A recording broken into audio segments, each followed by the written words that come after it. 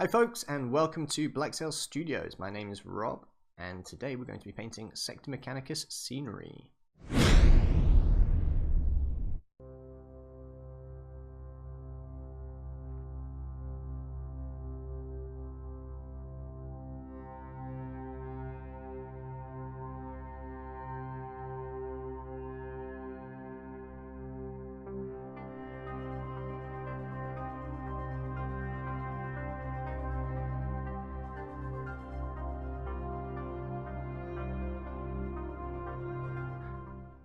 Now, if you're like me, you possibly won't have had enough space in your home to have a full-size gaming table with all the terrain and things, so you resorted to going to a friend's, to playing at a club, a local store, things like that. But with the advent of Kill Team, you need a lot smaller area to play with, and there's a lot of really good deals on new terrain. The Sector Mechanicus, the Sector Imperialis, really cool kits. There's a lot of modularity to be had with them. You can combine the two of them. You can make loads of different combinations of walls, buildings, containers, walkways, things like that. It's really cool. I've been having a lot of fun with it, and coming up with a painting scheme was fun as well, because I wanted something that was quite easy and wouldn't also break the bank in terms of washes and paints and things, or using the airbrush and looking too fake and stuff like that. So this method is mostly dry brushing. It's pretty simple. This is what it's going to end up looking like. As you can see, it looks nice. It's dirty and very kind of old and rusted. You might want a fresh, cleaner kind of look, but you know, this is the grim darkness of the 41st millennium. So for me, I think things should be dirty. So for this one, the paints that we're going to be using are, you're going to undercoat it in black, so Chaos Black, whatever spray paint that you prefer to use.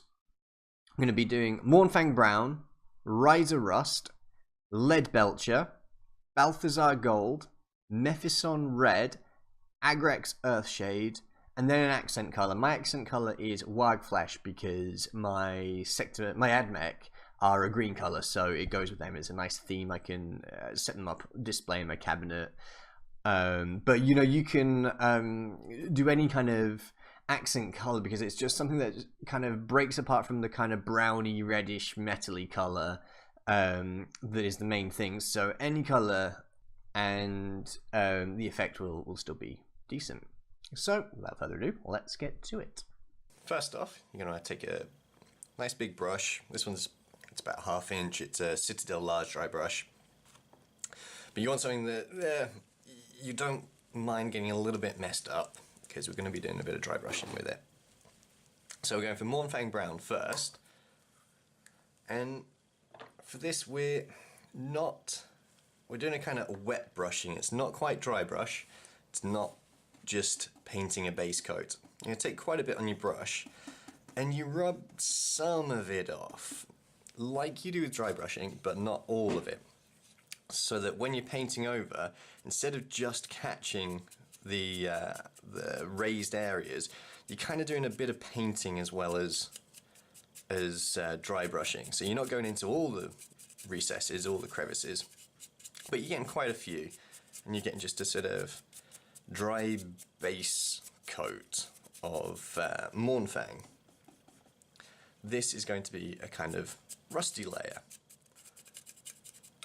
So we'll get all this done, go around painting this, and come back in a sec.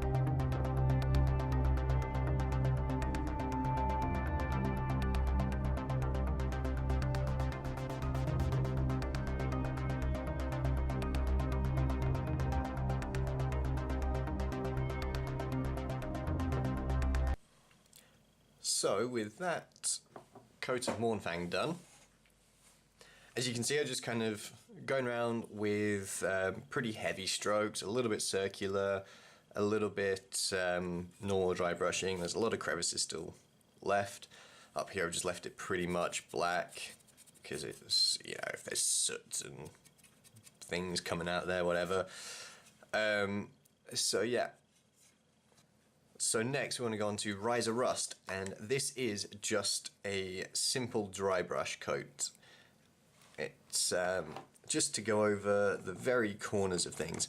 Now if you don't have Riser Rust, you can also use another orange, I believe Jacaro orange, or Troll Slayer orange.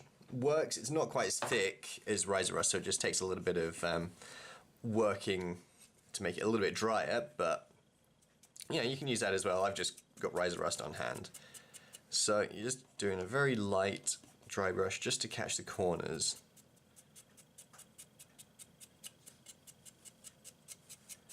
Just to make that rust colour really pop.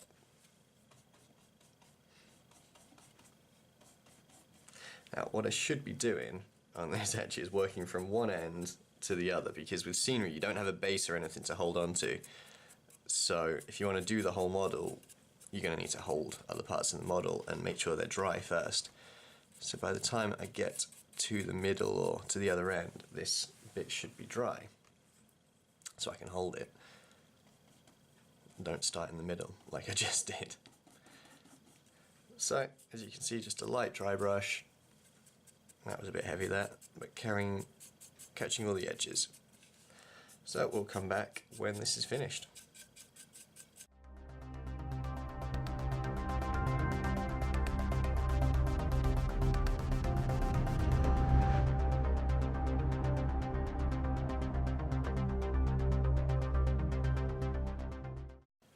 So we've got the Riser Rust layer on, and it's looking a nice rusty colour, but the thing is, stuff doesn't really rust all over like that unless it's left at the bottom of the ocean, or yeah, right next to the ocean. There's lots of salt water and it's getting corroded all the time. Other than that, we need to get some metal back in this. So the next one is Iron Breaker, and again this is just going to be a light dry brush across the whole thing, keeping with our big brush, and yeah, we'll come back when that's finished.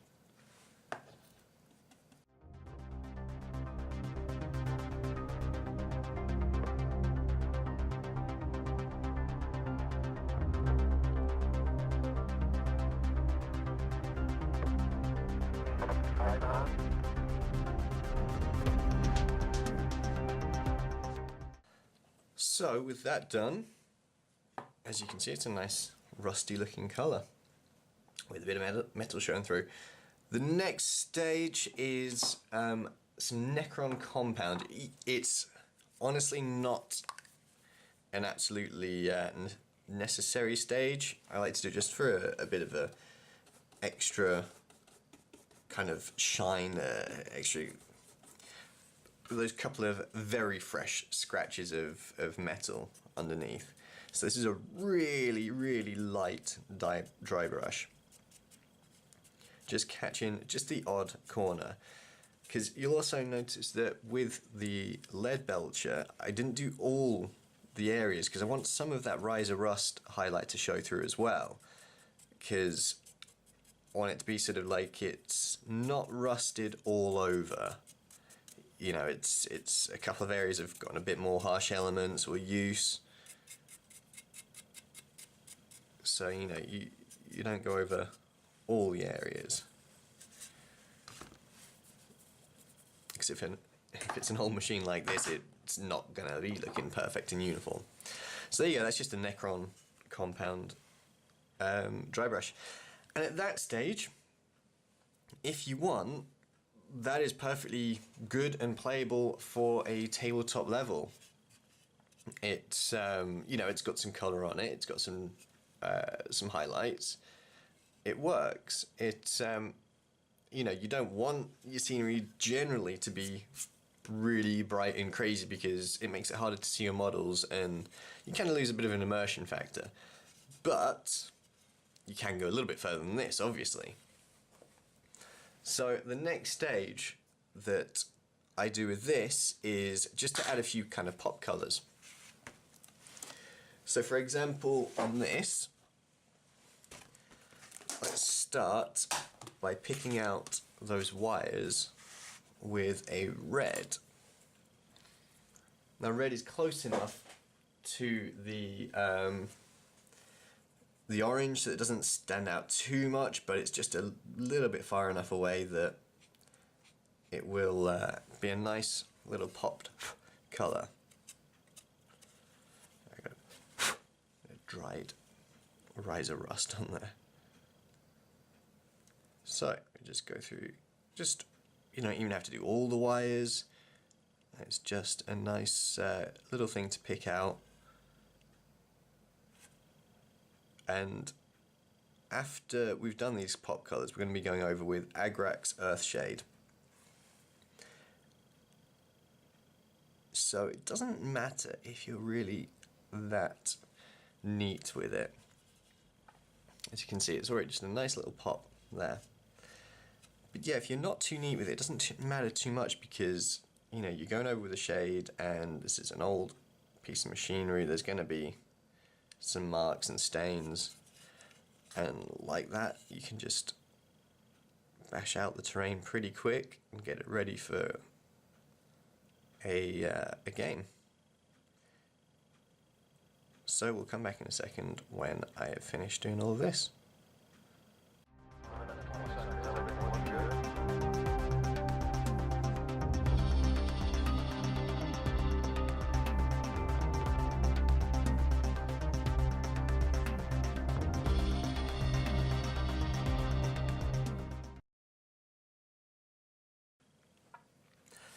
So the red's done, and as you saw, it was, I mean, some of those probably aren't pipes, but sorry, are pipes and not wires, but as you can see, I went over and did a second little quick coat once places are dried, and it's just a nice little extra pop. And again, you could stop there if you wanted to and not go any further.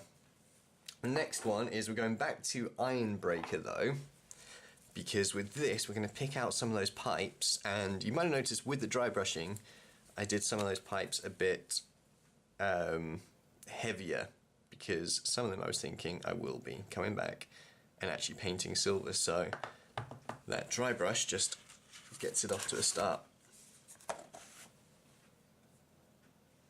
So get some silver, mine's dried out a little bit actually. It's a very, very old one. So I need a little bit of water with my silver, my Iron Breaker.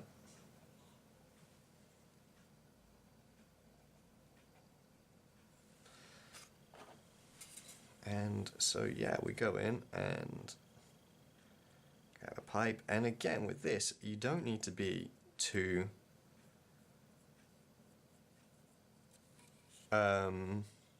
detailed with it, too careful with it, because you know it's a rusted old piece of machinery. So if you don't need to get down the sides. If you see there, I've just not done all those recesses. I've left it so that kind of nice rusty colour is in the recesses still.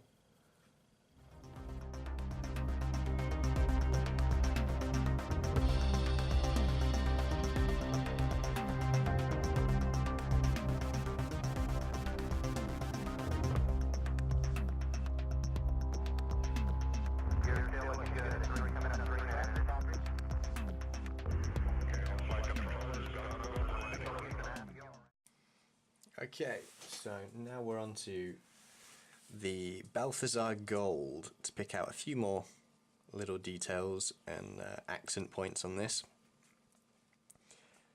Again, it can be fairly a little bit scruffy, not as scruffy as the sort of metal colour, the Iron Breaker, but you can still just pick out, for me, just these plaques here.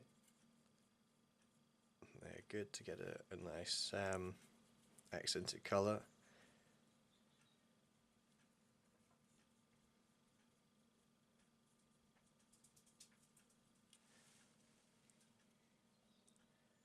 and then other things like all the bolts. So we'll carry on with that then.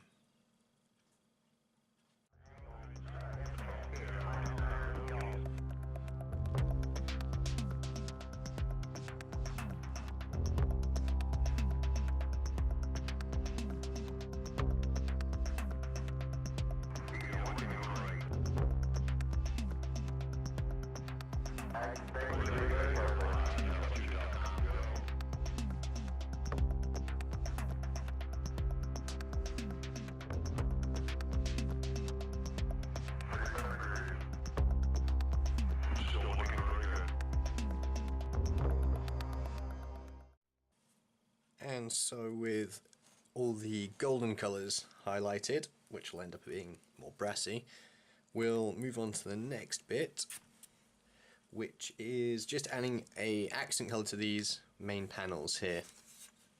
Now, as I said before, I'm doing green on these wag flesh, and that's because my AdMech army is green, but you can do anything, you know, going red again, make it nice and pop out. You might want to do the wires green or something. You know, you could go yellow, would stand out quite nice, because this way what you're going to need is a little piece of sponge from a carrying case, and just rip it on the edges a little bit so it's a bit textured. And you take your paint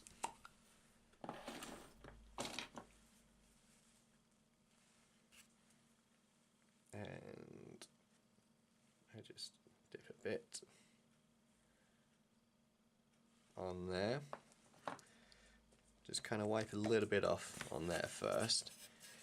And you just want to go in the center of these panels, just dab it in like it's the remaining of some chipped paint. Let's just all but come off the center areas.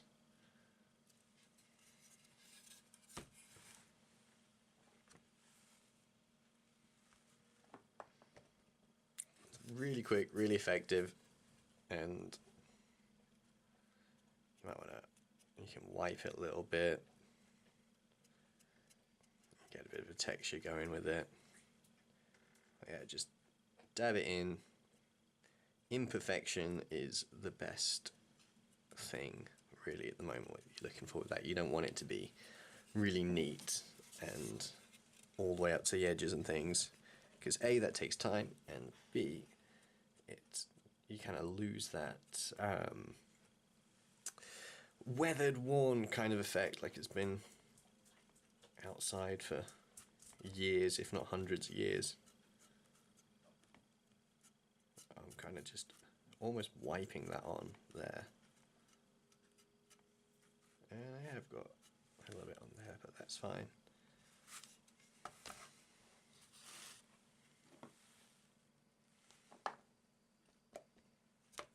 That's the last one.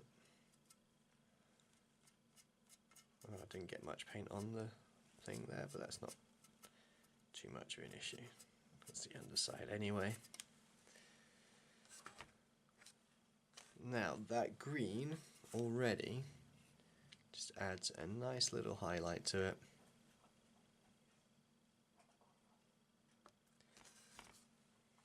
So the next step after that is we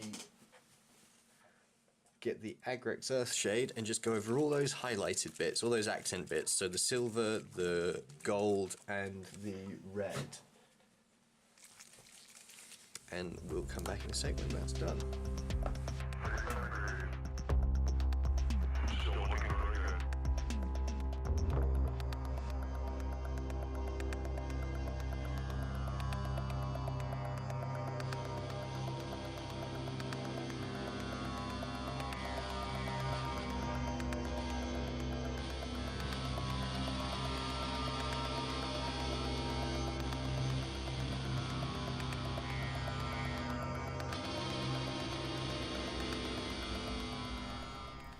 Well, that's how to paint Sector Mechanicus terrain in a rusted, old, worn-out style very easily.